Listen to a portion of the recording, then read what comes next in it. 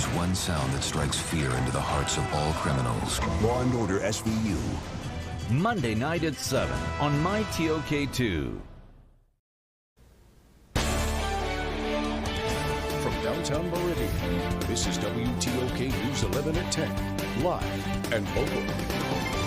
Good evening and thank you for joining us tonight. I'm Ross McLeod. Now we will take a look at some of our local headlines. The city of Meridian announced its boil water notice has been lifted. This notice affected all businesses and residents in the area from 22nd Street up to 61st Court and from Highway 39 to King Road. Testing requirements were met this evening. If you have any questions, call 601-485-1975.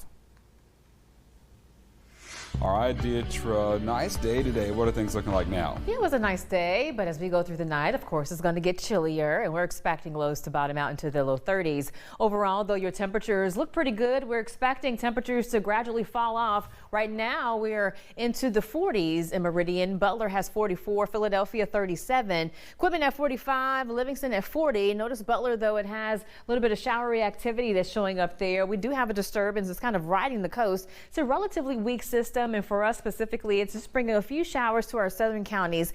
Really light in nature, though, but if you're in southern portions of Clark or into the Choctaw County area, you may experience a little bit of light rain activity. Otherwise, though, as we go through the night, we're expecting temperatures to fall off, and we're going to have temperatures near freezing by tomorrow morning. So you still want to make sure you have that jacket on, really that coat, because it's going to be a cold kickoff. But through the afternoon, temperatures will rebound nicely. For tomorrow, highs will reach the low 60s. We're going to keep with the 60s trend as we head towards the weekend as well.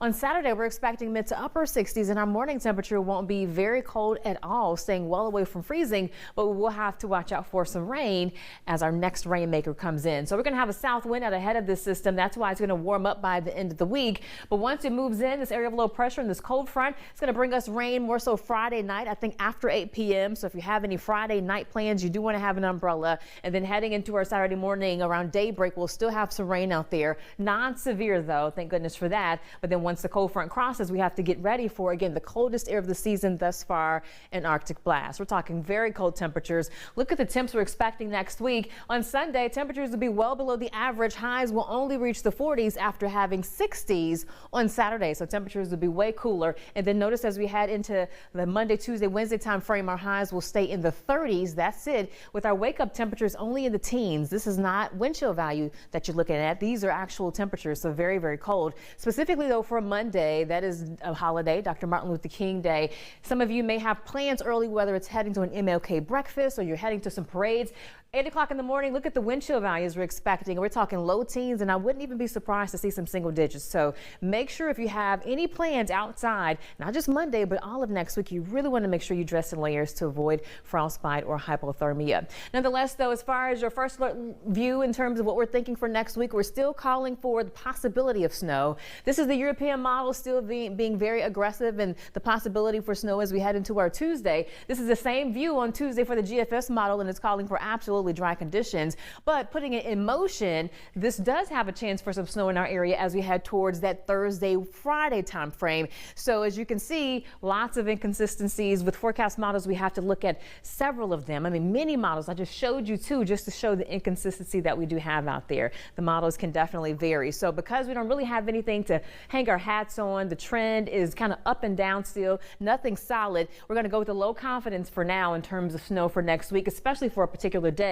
There's a possibility for snow with the very cold air mass that we'll have in place, but it just depends on where the lows set up and how they track. So for right now, we're going to be watching January 21st through the 24th, but you want to stay tuned to our first alert weather team for updates as we get a little bit closer. Tonight is going to be very cold, not as cold as where we're going, but still worthy of keeping the heat cranked up. We're going to have it drop to about the low 30s, around freezing for our lows. And then for your highs on your Thursday, we're going to go with low 60s. That's going to feel like summertime compared to what we've had. And again, what we see as we look at our 10-day forecast at 10. So it's going to warm up for the weekend showers as we head towards late Friday night into Saturday. And then next week, we're expecting impactful weather in terms of bitter cold. And then it just depends on what happens with possible low pressures. If they bring moisture our way with that cold atmosphere, you can guarantee that we will have some wintry weather. But again, it's just too hard to say right now if we're going to have any, and where the lows will actually go. So we have a lot to watch between now and then, but we're definitely keeping our eye on things. But you can hang your hat on the fact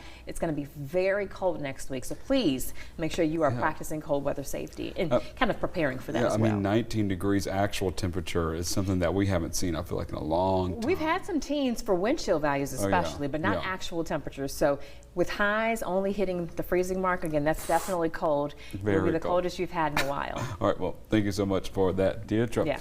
And after several years of